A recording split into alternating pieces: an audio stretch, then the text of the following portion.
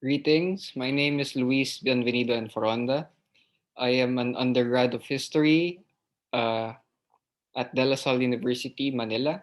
And today I'll be presenting my paper titled An Odyssey to the Iron Curtain, A History of USSR-Philippine Cultural Dispatches 1966 to 1987. For the rationale of the study, this paper contends that cultural diplomacy is the most developed area of USSR-Philippine relations. The study examines the regional environment that led to Philippine and USSR interactions and traces the continuities and changes that led to cultural contact from 1966 until 1987. It also identifies various Filipino representatives to the USSR and in order to introduce a new image of Philippine involvement during the Cold War. The USSR had a questionable favorability among non-communist nation states at the end of World War II. And the premier at the time, Nikita Khrushchev's goals were to try and reach out loans and projects in developing countries uh, who were in the process of self-determination. This was in order to achieve Lenin's vision of a cultural revolution of building a socialist oasis, or what they called an international. So, in exchange from this support from the USSR's allied nation states and the Eastern Bloc, it meant to support communism, the ideology of communism. And because of the fear in Southeast Asia of ideological encroachment from mainland Southeast Asian countries like that of Laos, Vietnam, and Cambodia, it embroiled issues with the reputation and image of mainland Southeast Asian states like that of Malaya, Singapore, Indonesia, and the Philippines. This study covers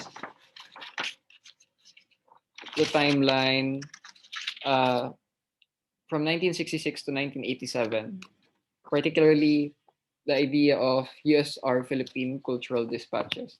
This means that the study covers Ferdinand Marcos's interregnum of power, the detente, and the height of the Cold War in Southeast Asia. This study explores the concept of cultural diplomacy, culture and heritage as the common ground in foreign affairs, and diplomacy as something that is driven by pop culture.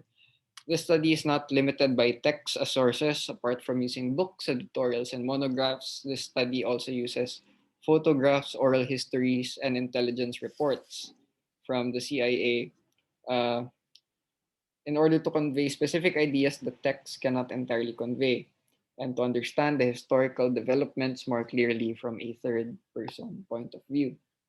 For the methodology, the study employs the historical method or the descriptive analytical narrative method, which is to weave uh, the continuities and changes of past historical events to come at understanding in the spirit of the historian.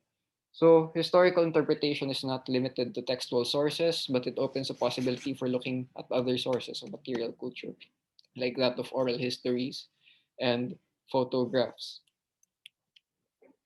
So, the idea of cultural diplomacy is not entirely new.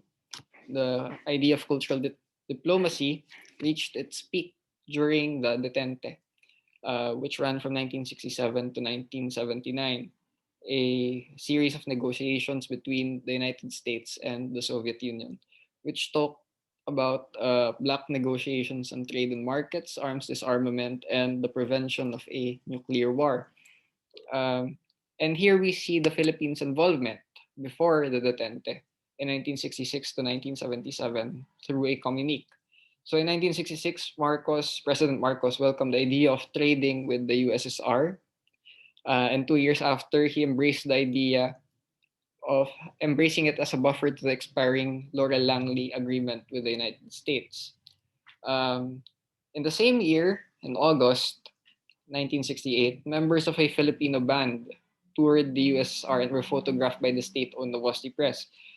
This is still open to consideration if this was an official trip, an official visit to the USSR, or if these were merely citizens visiting the USSR.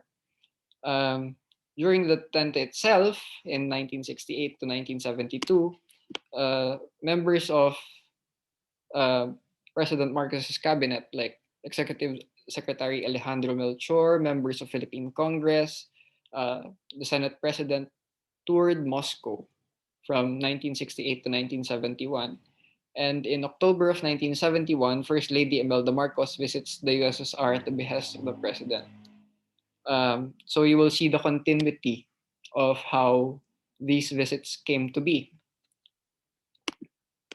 One of the very good anecdotal sources that were used was an oral history with Valerie Sorokin, who was then the third secretary of the USSR Embassy in Manila.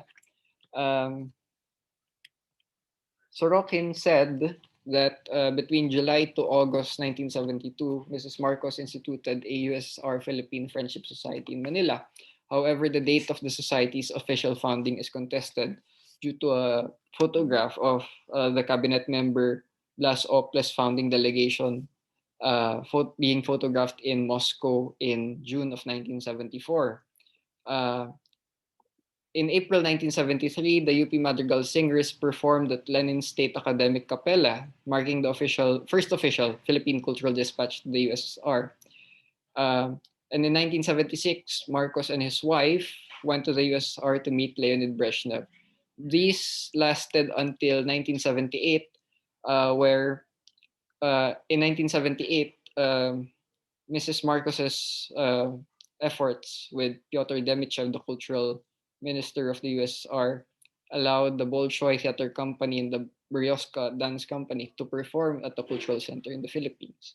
1978 was also a turning point in USSR-Philippine cultural relations, where the First Lady, Mrs. Marcos, and Andrei Gromyko, the foreign minister, signed an agreement on cultural collaboration in July. And a two-man United Nations Association of the Philippines to the USSR delegation visited the Soviet Union from October to November.